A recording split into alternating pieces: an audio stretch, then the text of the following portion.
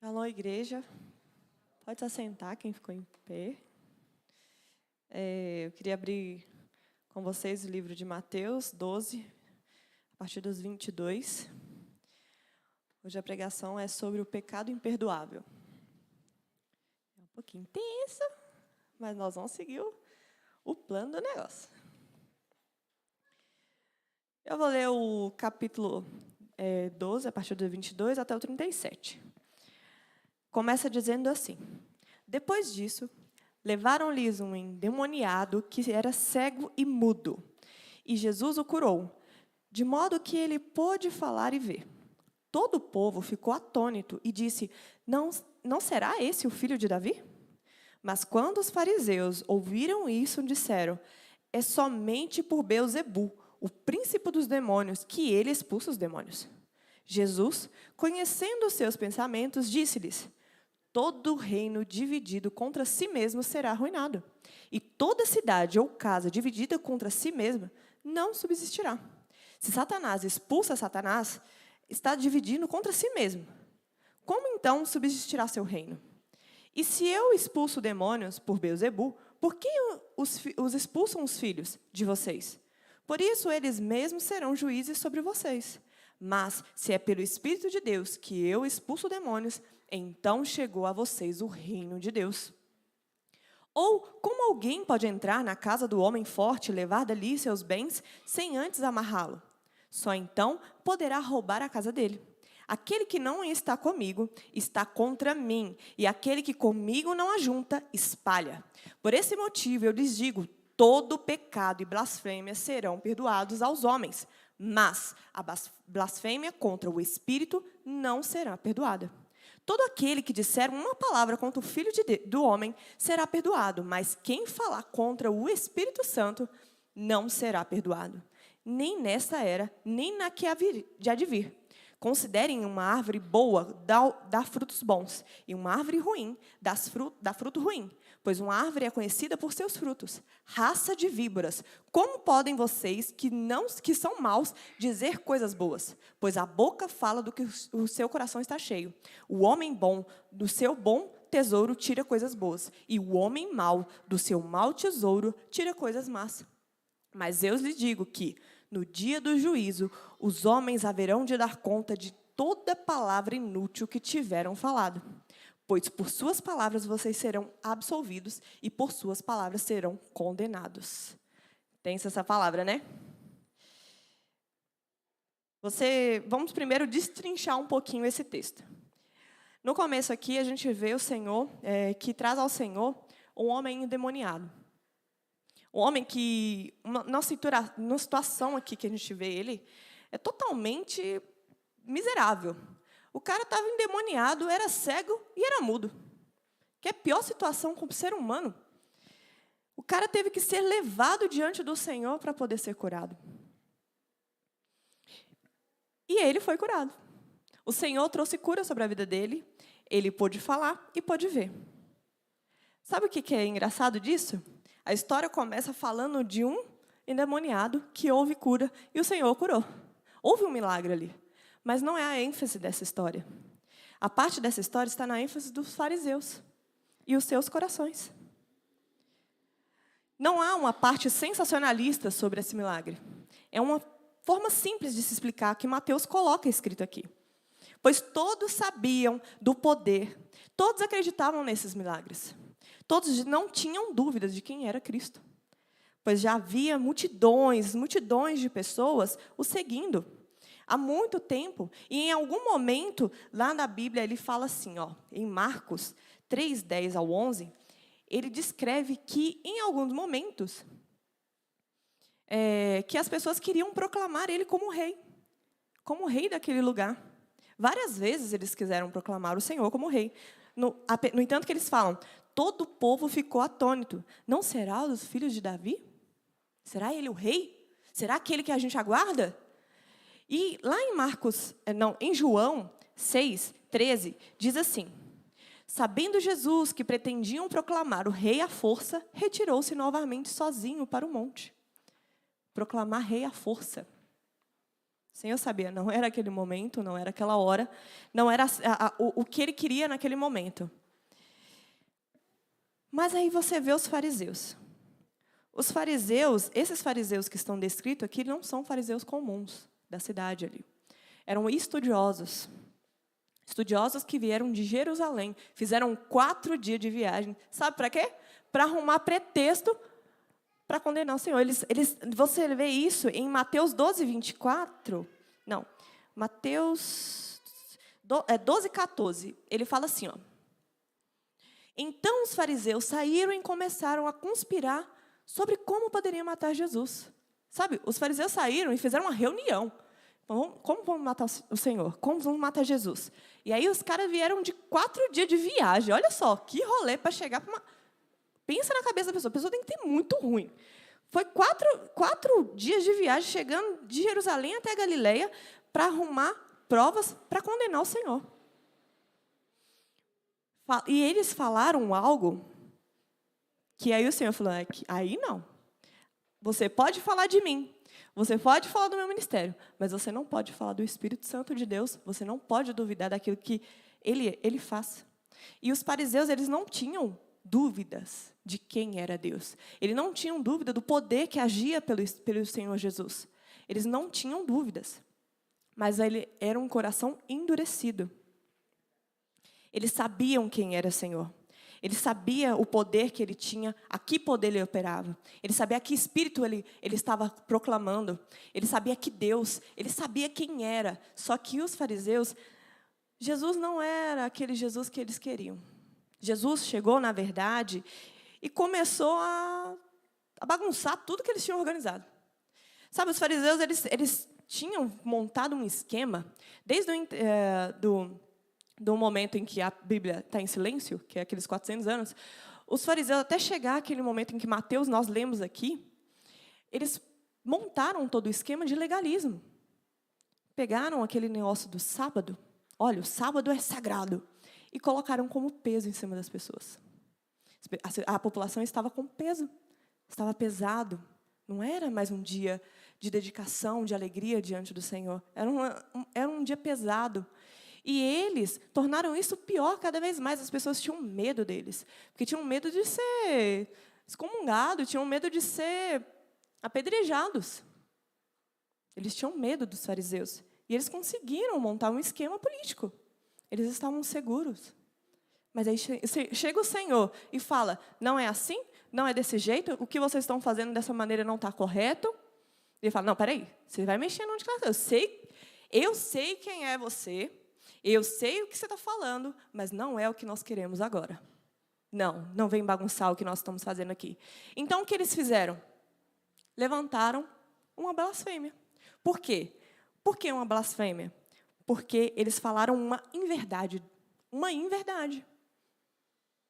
Eles falaram, é somente por Beelzebul, o príncipe dos demônios, que ele expulsa esses demônios.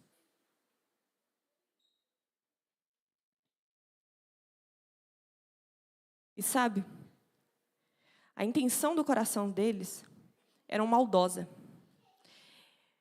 Além, o que eles queriam com isso não era simplesmente, eu só estou falando por falar, eu não acredito em você. Não, eles estavam levando as pessoas, eles estavam realmente à porta e falando, impedindo com que fossem salvas. Eles estavam impedindo pessoas de serem salvas. Porque as pessoas começaram a duvidar. Será? Não, mas ele faz milagre. E aí o Senhor se levanta e fala, conhecendo os seus pensamentos, ele fala, todo reino dividido contra si mesmo será arruinado. Nem o diabo teve essa audácia de falar dessa maneira. Ele sabia quem era Deus. Afinal de contas, os demônios sabiam quem era Cristo. Quando ele expulsava os demônios, eles saíam dizendo, és realmente o Filho de Deus. Eles tinham noção de quem era o Cristo. Eles tinham noção de quem era o Cristo. E os fariseus também. Mas eles preferiram levantar uma blasfêmia contra o Senhor, contra a sua palavra, e impedir de pessoas de serem salvas. Isso, a gente vê um coração mau, um coração mal intencionado. Aqui, quando você lê da parte em que o Senhor diz para ele, começa a falar sobre a raça de víboras, como vocês podem, que são maus, dizer coisas boas, pois a boca fala do que o coração está cheio. Aí ele fala aqui, ó, no versículo 31. Todo pecado e blasfêmia serão perdoados aos homens, mas a blasfêmia contra o Espírito não será perdoada. Quem fala contra o Espírito Santo não será perdoado nem nessa era, nem a que virá. Sabe o que é isso? Condenação. Ali a multidão estava vendo o juízo de Deus, uma prévia do seu juízo, daqueles que não seguiriam, daqueles que não serviriam o Senhor. Eles estavam vendo uma prévia do que seria o Senhor. Falaram assim, olha, aquele que negou toda a operação do Espírito, aquele que deixou de ser transformado, aquele que deixou de ser usado, aquele que deixou de ser tocado pelo Espírito de Deus, esse será condenado. Mas não porque falta de conhecimento, por decisão própria.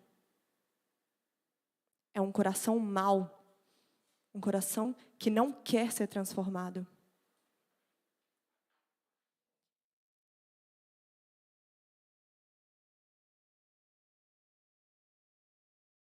E a gente pensa, mas por que tamanha condenação?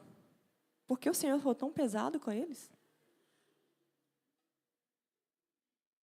Afinal de contas, Cristo não veio para perdoar todos os pecados? Não é assim que a gente aprendeu?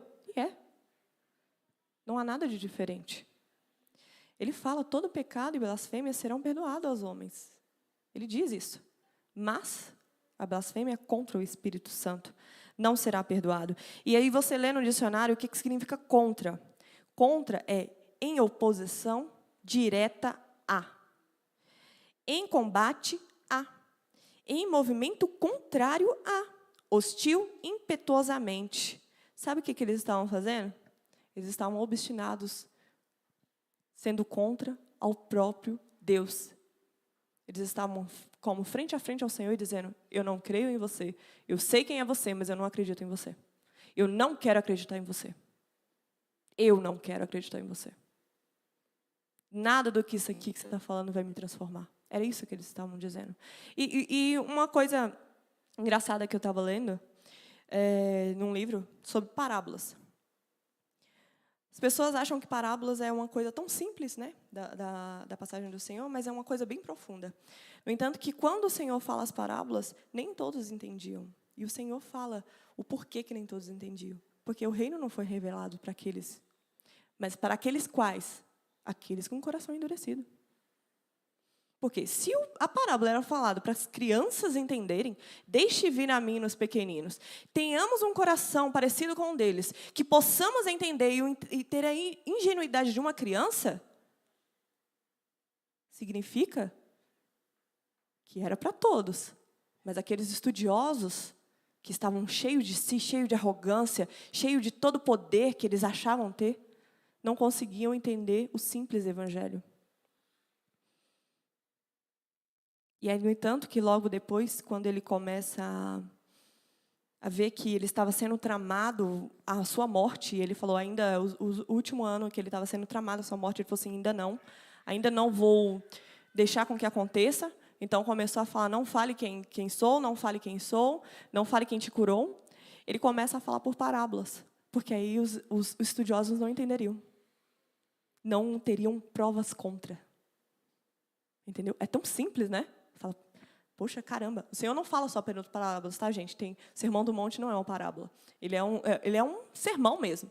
E aí, no final da sua caminhada, que era o último ano dele, ele começou a falar só por parábola, por causa desse detalhe. Desse pequeno detalhe, para que os fariseus não entendessem. Porque eles estavam contra. Eles estavam fazendo o quê? Aquele que não está comigo está contra mim. Aquele que comigo não se ajunta, espalha. Eles estavam espalhando. Mas eles não conseguiram. Porque a palavra do Senhor foi propagada. A palavra do Senhor foi levada aos corações daqueles que queriam crer.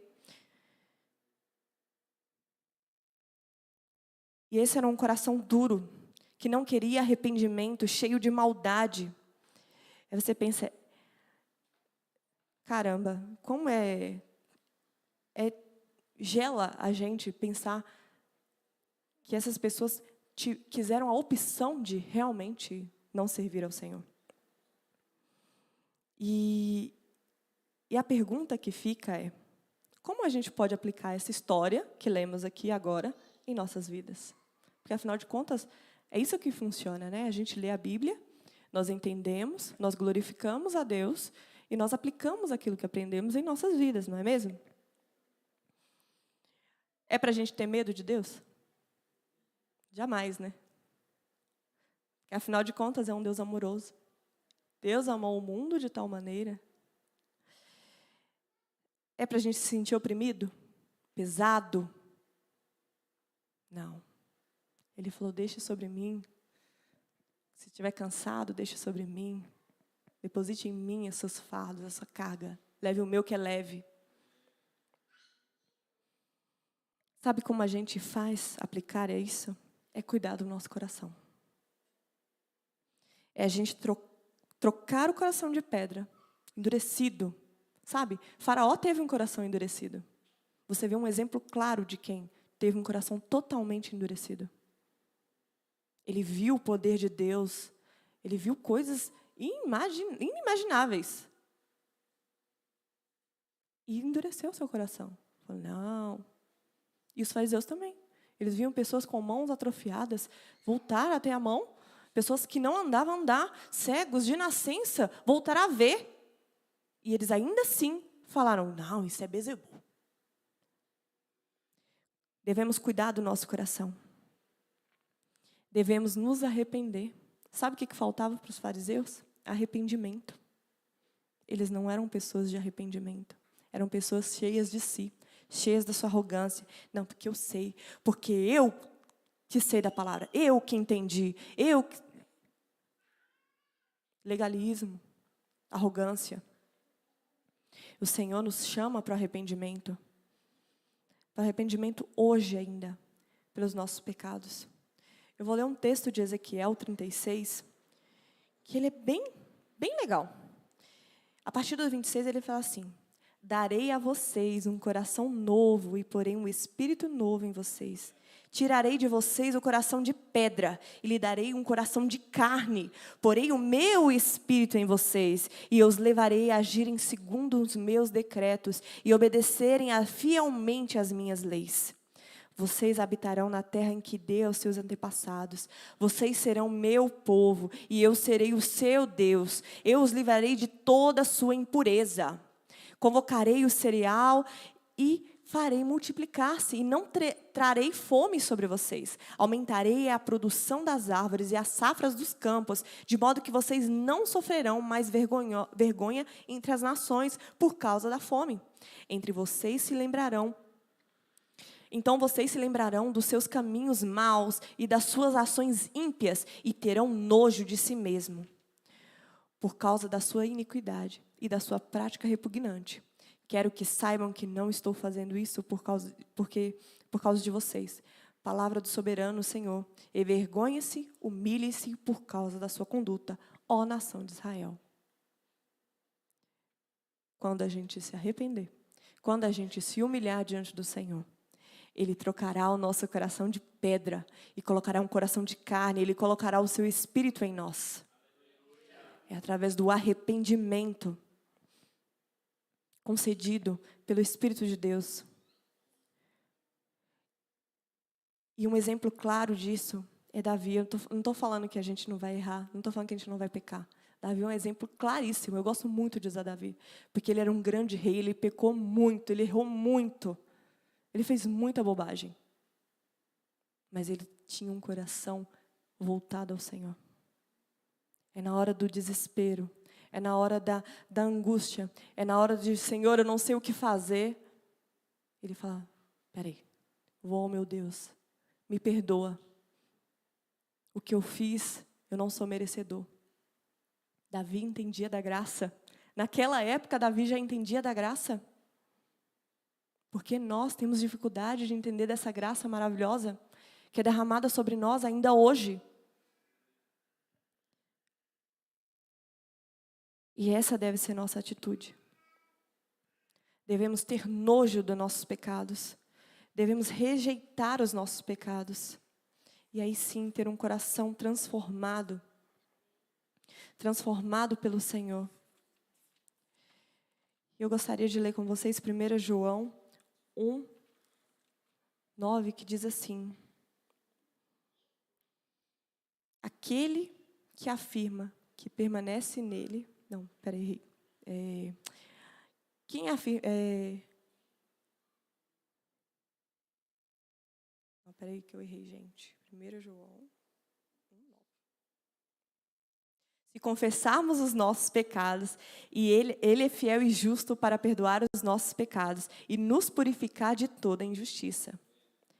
Era isso que os fariseus precisavam. Confessar os pecados e se arrepender. Porque o Senhor era fiel e justo. O Senhor já era fiel e justo naquela época. A mulher que estava para ser apedrejada chegou ao Senhor e não sabia nem o que dizer. E o Senhor a perdoou, falou: vai, não peques mais. Ele é fiel e justo, Ele continua sendo fiel e justo para perdoar os nossos pecados. Tenha isso em seu coração. Gostaria que você se levantasse, eu vou fazer uma oração.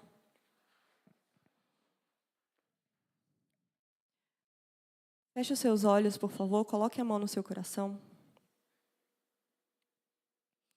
Gostaria que você agora pensasse sobre o seu pecado mais oculto, aquele que somente Deus sabe. Aquele que você luta constantemente, muitas das vezes que comete, pensa que não será perdoado. Ou até mesmo, após cometê-lo, nem consegue pensar sobre ele. E às vezes entra no automático e peca e fala: ai, não consigo vencer, é assim mesmo. Que não parece ter uma solução. Pense nele. Eu quero te dizer essa noite que há uma solução. Cristo é a sua solução. Não é ignorando o pecado que você irá vencê-lo. Não é pensando em estratégias que você irá vencê-lo. Não é pelas nossas forças. Paulo diz: aquilo que eu quero fazer, eu não consigo fazer. E aquilo que eu não quero, é esse que eu faço. Não é a nossa força, não é a nossa vontade. Mas apenas um caminho, é dito. Aquele que confessar os pecados, Ele é fiel e justo. Aquele que confessar o seu pecado, confesse o seu pecado no seu íntimo. E diz: Senhor, me perdoa, Senhor.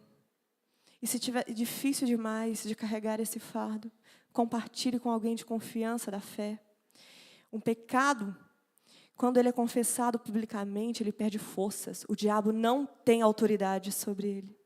O diabo não pode te acusar, porque você está lutando contra a sua carne, lutando contra tudo aquilo que é deste mundo. Peça perdão ao seu Deus. Ele é fiel e justo. Ele é um Deus de amor. Ó Senhor Deus, estamos aqui diante da Tua presença, Senhor, entregando o nosso coração, Senhor Deus. Senhor Deus, venha perdoar dos nossos pecados, Senhor Deus, de nossas falhas, Pai. Dos pecados que nem imaginamos, Senhor Deus. Dos pecados que nem consciente pensamos, Pai. Perdoa, Senhor. Queremos ser um povo santo, Senhor Deus. Queremos ser um povo que ama a Tua palavra. Que a Tua palavra esteja registrada em nosso coração, Senhor, para não pecar contra Ti novamente, Senhor Deus. Que o nosso coração não endureça como a dos fariseus, Senhor Deus. Que o nosso coração seja um coração de arrependimento. Um coração que achegue a Ti a todo momento, Senhor. Ó Pai, perdoe os nossos pecados, Senhor Deus. É o que peço, Senhor Deus, por essa igreja, por cada um que está aqui presente, por alguém que está ouvindo lá. Senhor Deus, eu sei que o Senhor é um Deus que alcança aqueles que desejam a Ti, Senhor Deus. Aquele que tem um coração humilde de se entregar a Ti, Pai. Pai, perdoe os nossos pecados, Senhor. Queremos levantar as nossas mãos, queremos ter coração puro, Senhor Deus, e adentrar ao Santo dos Santos cada dia, Senhor. Eu sei que parece tão pequeno diante da Tua presença, Senhor, mas mesmo o pecado tão pequeno, ainda assim o Senhor quer que seja corrigido, porque é para a Sua honra, é para a Sua glória, Senhor. Não é sobre nós, Senhor Deus, é sobre quem é o Teu Evangelho, é sobre quem somos diante de Ti, Senhor Deus. É sobre quem somos usados, Senhor Deus, pelo Teu Espírito que está em nós. O nosso coração seja de carne, vivo, batendo pelo sangue do Cordeiro, que venceu por nós pela cruz. É esse sangue que nos lava, nos purifica, que nos dá as vestes novas, assim como é dito em Apocalipse, o momento que virá para nós, que cearemos com o Cordeiro e estaremos diante da Tua presença, ó Deus. Pai, nós Te amamos, e por amar a Ti, Senhor Deus, queremos ser um povo santo, Senhor. Um povo entregue à Tua palavra, Pai. Hoje é o que Te pedimos, Pai, em nome de Jesus. Amém.